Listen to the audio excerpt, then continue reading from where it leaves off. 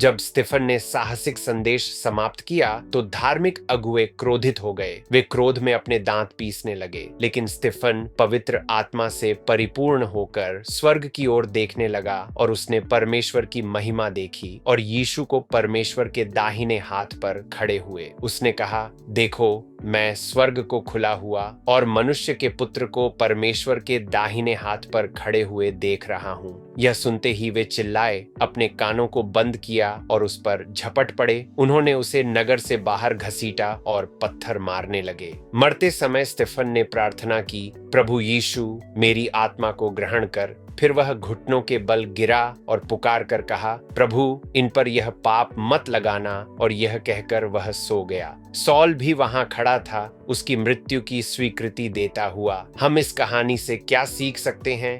1. यीशु की स्पष्ट दृष्टि दुख में सामर्थ्य देती है।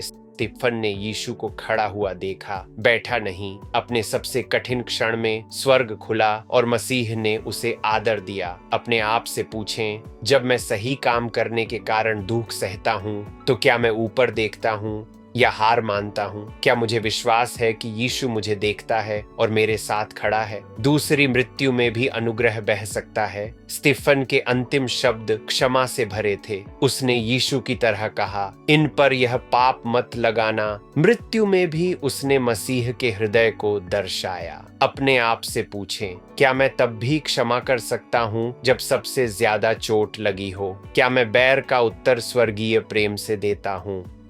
प्रभु यीशु, दुख की घड़ी में भी मुझे तुझको स्पष्ट देखने की दृष्टि दे। जब मेरे साथ अन्याय हो तो मुझे प्रतिशोध नहीं, पर अनुग्रह से उत्तर देने दे। मुझे अपने आत्मा से भर दे ताकि मेरी अंतिम सांस भी तेरे प्रेम की गवाही दे। मुझे ऐसा जीवन जीने दे जो साहस, क्षमा और विश्वास से भरा हो।